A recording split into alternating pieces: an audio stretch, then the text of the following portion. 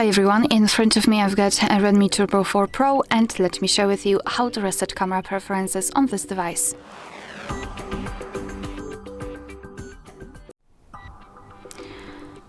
So let's start with opening the camera app.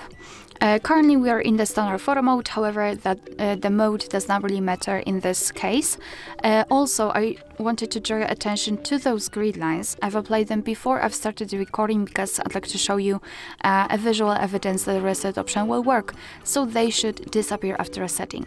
So now let's enter the settings. So just tap on this arrow which is at the top, and then tap on the settings icon in the right upper corner.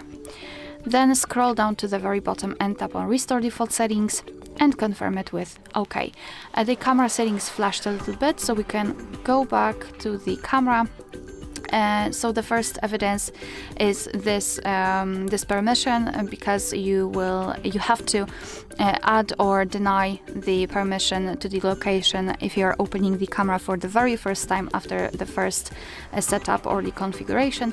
And the second thing are the grid lines. They are not visible, which means that we just successfully reset all camera preferences.